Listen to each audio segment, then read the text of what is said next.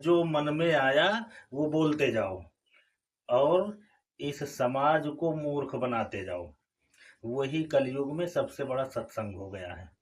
तो ये जो हाथरस में जो सत्संग के नाम पर भीड़ जुटाई गई थी, तो सत्संग नहीं था। वो एक ऐसे व्यक्ति की मनगढ़ंत कहानियां हैं जो केवल अपने व्यक्तित्व के निर्माण के लिए और इस समाज को मूर्ख बनाने के लिए केवल आडंबर बांट रहा है। केवल पाखंड बांट रहा है। लेकिन इस देश की जो जनता है, इस देश के जो लोग हैं, उनको यही पसंद आता है। उनको चूंकि सत्य का ज्ञान ही नहीं है, उनको पाखंड चाहिए। पाखंड को ही पूजते हैं, पाखंड को ही मानते हैं। और उसका परिणाम होता है कि हाथरस जैसी घटनाएं होती हैं। हाथरस में जो सत्संग के नाम से भीड़ इकट्ठा की गई, ये एक साकार नारायण हरि करके सुने होंगे। तो एक संस्था कोई बनाया है कि कोई पुलिस में था, उसने अपनी नौकरी से रिजाइन करके और अपनी पत्नी के साथ वह ये दुनिया का पाखंड करने लगा। और भोली भाली ये जनता जो है, जिसको ज्ञाने नहीं है, जिसको कुछ ज्ञाने नहीं है धर्म का, न शास्त्रों का, न कुछ, न उनके स्वार्थ की, उनकी उनके भीतर ऐसी लालसा जगा दो कि उनके काम सिद्ध हो जाएंगे, उनका स्वार्थ सिद्ध हो जाएगा। तो वो सारे लोग तुम्हारे पीछे टहलने लगेंगे, तुम अपने आप को उनकी जरूरत की चीज बना दो केवल। तो ये जो पाखंडी होते हैं, इस भोली समाज को, इस भोले भाले लोगों के बीच में जा करके उनकी इच्छाओं की पूर्ति का माध्यम अपने आप को बना देते हैं और फिर अपनी पूजा करवाते हैं, अपने आप को उनके सामने भगवान के रूप में स्थापित करके पाखंड फैलाते हैं। और उसका परिणाम फिर यही होता है जो हो रहा है। वो साकार नारायण हरि करके ऐसे ही इतने लोगों की भीड़ इकट्ठा कर लेता है, और वो भीड़ जो इकट्ठा होती है वो बेचारे भोले भाले, जिनको ज्ञान नहीं है। अब उनको किसी को पानी बांट रहा है, किसी को आडंबर बांट रहा है, दुनिया के पाखंड करता है।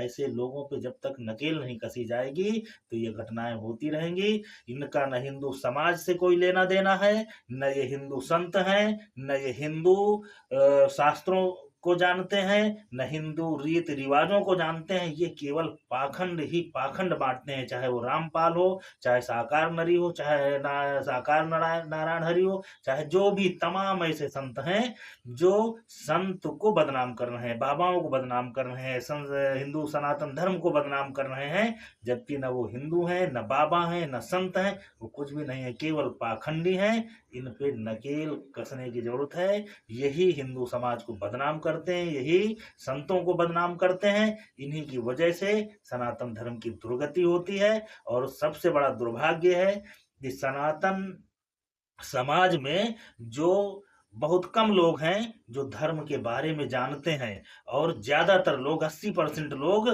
केवल किसी न किसी के बहकावे में हैं, किसी न किसी के पीछे चलने वाले लोग हैं। और जो अपने पीछे चलाते हैं वो अपने आप को गुरु, मठाधीश, फलाना फलाना क्या क्या नाम अपने स्वनिर्मित नामों से अपने आप को विभूषित कर लेते हैं। और लोगों को लगता है कि ये बड़े सिद्ध हो गए, इनसे हमारा काम हो जाएगा। ये पाखंड है। और इसलिए सनातन धर्म में अगर पैदा हुआ है व्यक्ति, तो स्वयं उसको शास्त्रों का अध्ययन करना चाहिए, स्वयं उसको अपनी पूजाओं के बारे में जानना चाहिए, स्वयं भगवान की भक्ति करनी चाहिए। और अगर किसी के पीछे चलना भी है तो किसी सज्जन व्यक्ति के, संत के, जो वास्तव में सनातनी हो, धर्मज्ञ हो, श्रेष्ठ हो। अब उस श्रेष्ठता की पहचान करने के लिए भी आपके भीतर विवेक होना चाहिए। तो आपको विवेक भी नहीं है, आप जान ही नहीं पाते हो कि कौन तुमको छलने आ रहा है और कौन तुम्हारे लिए लाभकारी है, वास्तविक तुम्हारा हितैषी बन के आ रहा है। तो तुम तो ये तभी जान पाओगे, अपना हित अनहित तो तभी जान पाओगे जब तुम्हारे भीतर विवेक होगा। तो विवेक जागृत होगा संस्कार से, संस्कार माता पिता से मिलेंगे, परिवार से मिलेंगे, और उन संस्कारों के बल पे संत को पहचानोगे।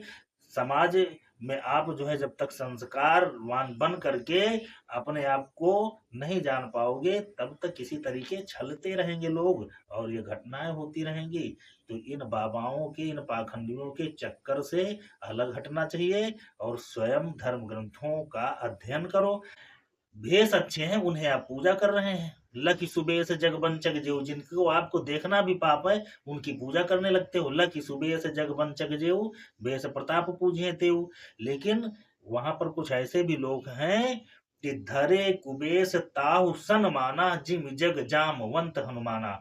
जामवंत और हनुमान का भेष नहीं है, उनके आचरण से आज भी भगवान के तरीके पूजे जाते हैं, लोग भगवान बन गए।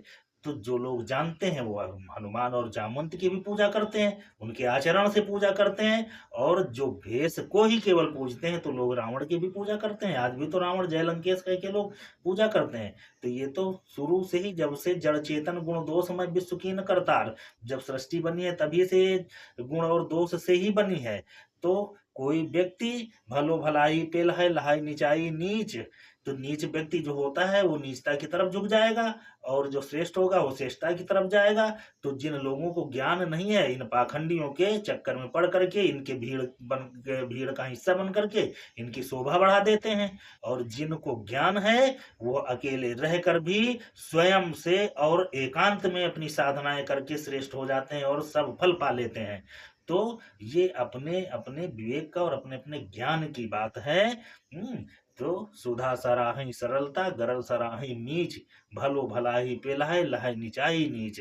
गगन चढ़ई रज पाई प्रसंगा, मिलई नीच कीच जल संगा।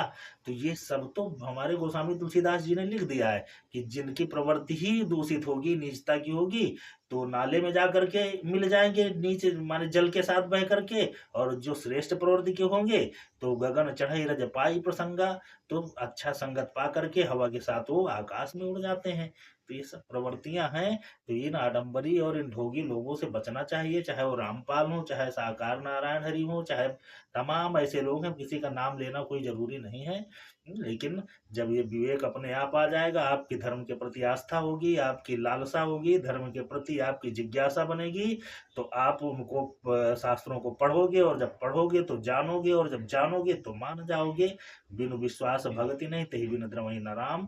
तो पहले विश्वास बना करके स्वयं से शास्त्रों का और सत्संग, सत्संग जो वाक बिनु सत्संग विवेक न होई, तो सत्संग सज्जनों का होता है, इन ढोंगियों का सत्संग नहीं होता है। ये तो सत्संग को भी बदनाम कर रहे हैं, ये सत्संग नहीं है, ये तो पथभ्रष्ट करने वाले, समाज को बर्बाद करने वाले लोग हैं।